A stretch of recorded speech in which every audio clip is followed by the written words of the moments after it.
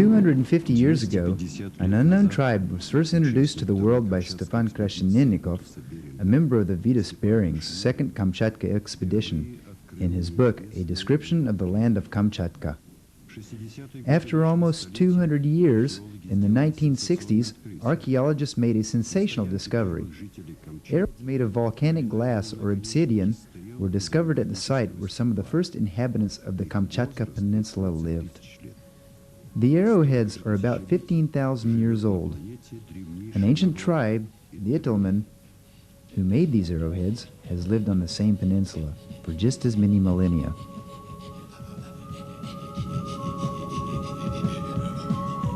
Посмотрев этот фильм, постарайтесь познать этот народ. До покорения российскому владению дикой оный народ жил в совершенной вольности, не имел никаких над собой начальников, не подвержен был никаким законам и дани никому не плачивал. Было между ними равенство, никто никем повелевать не мог, и никто сам собою не смел другого наказывать.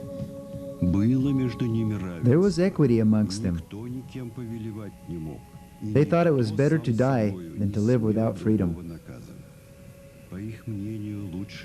Equity and freedom for the Itelmen are the same things as happiness. An Itelmen calls happiness asang, but there is no word in the language that means unhappiness or bad luck. Itelmens are very inquisitive. They want to know their future, they want to know about things before they happen, and they even seek to know the thoughts of birds and fish. They try to decipher the hidden meanings of dreams. They also practice shamanism, which includes a special kind of palm reading, which they won't teach outsiders. The thing that the Itelmens fear and respect most of all, though, is fire. Once a year they will offer a sacrifice to fire and ask it to be favorably inclined to the tribe and to protect it. They regard the creator of the universe the same way the ancient Greeks regarded the unknown God. They bow not to the sun or the moon, but to a single constellation, the Big Dipper. They respect and know their own God, but still believe that success depends on the individual and on his or her own efforts. The Itelmen take care to avoid active fire-breathing volcanoes. They don't want to meet their enemies, the evil gods who live deep inside, the gamuls or little souls. Likewise, it is a great sin to sit or swim in hot springs, or even to go near them. The Itelmens respect these ancient traditions, which have been handed down from generation to generation, and believe that if the laws of their forefathers are broken, a terrible prophecy will come true. This prophecy has existed as long as the Itelmens have, and states that the God's protection of us will cease, and the world will be cleansed by fire.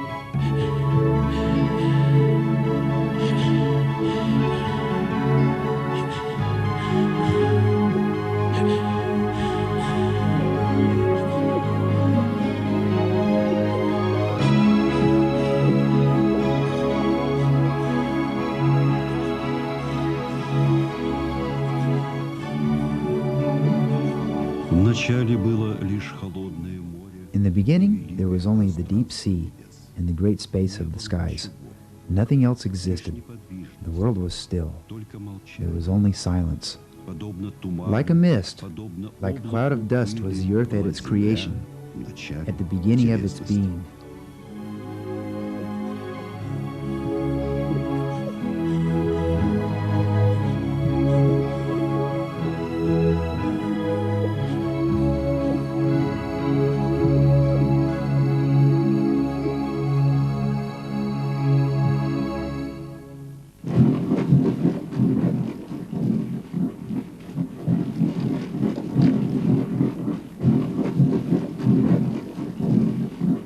The greatest of the gods, Kut, the raven, had created this mysterious land of Kamchatka. He brought forth the dawn with its magical beauty. He embroidered the tundra with emerald green moss and bright red beads of fragrant berries. Where he walked, ravines and canyons appeared, and high fire-breathing mountains were formed. Also the raven created people, good-spirited and happy, to live on the earth without sorrow and grief. They lived freely, went wherever they wanted, and had no disputes over land or borders.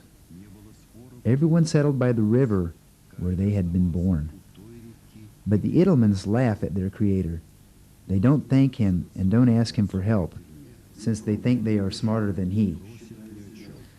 They say to each other, if Kut had been a little smarter, he would have made the world much better than he did.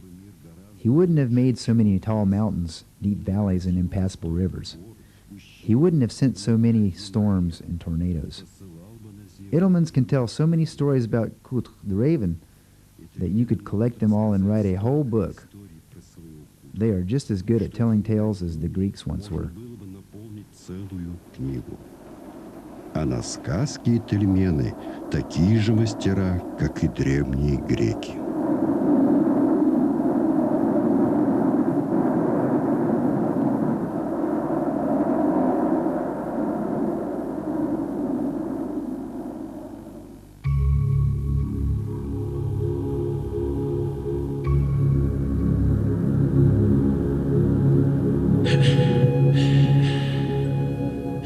Осенью, единственный раз в Once a году, year in autumn, after fishing season is over and the winter stores have been collected, the Itelmens celebrate a holy feast called Al-Halalai. They perform sacred rituals and dances that last for many days to ensure that the gods will bless them, that evil spirits won't cause trouble and unhappiness, and that people will continue to live in harmony with nature. This feast also celebrates purification from sin and thanksgiving for the blessings of nature.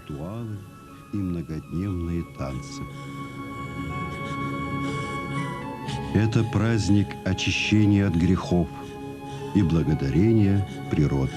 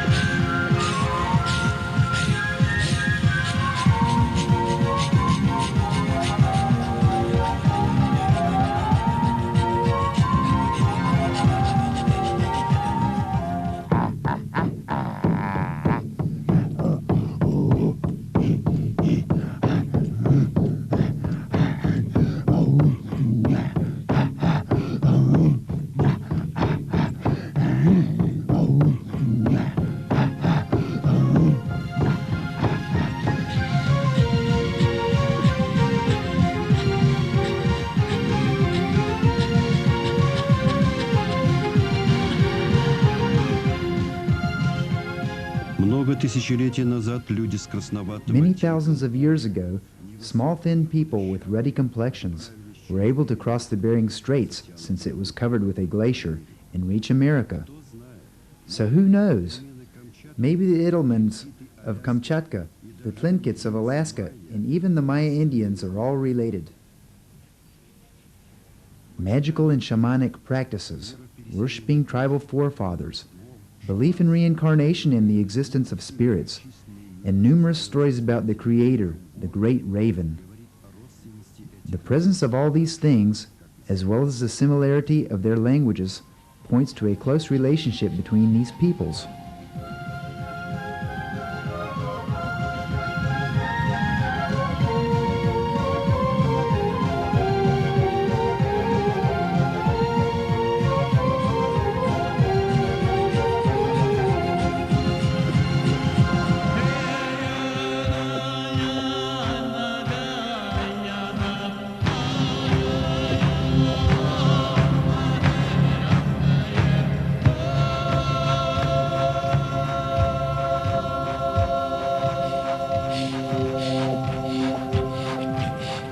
У жарких костров звучат грустные песни ходилы.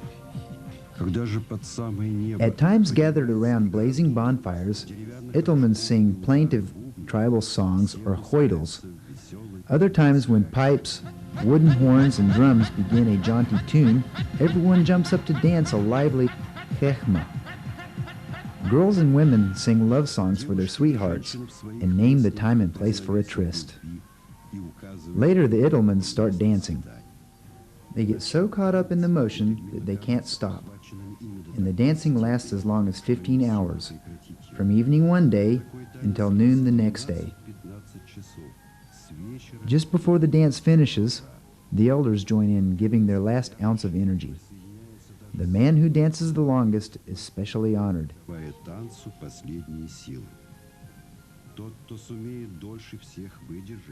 Пользуется особой честью, уважением и благосклонностью женщин.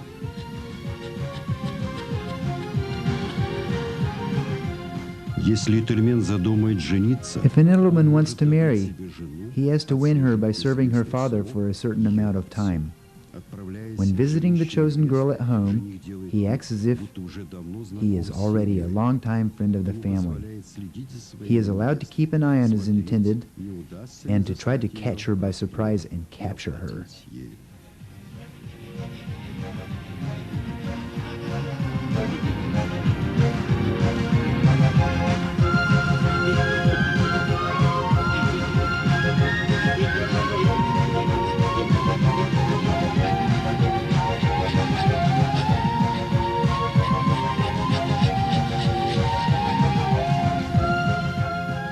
Once married, Itelmens treat their wives with great love and respect.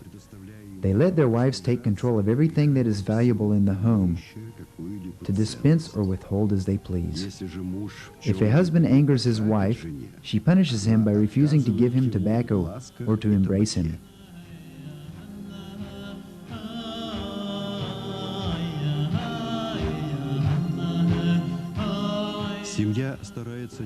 A family will always try not to separate.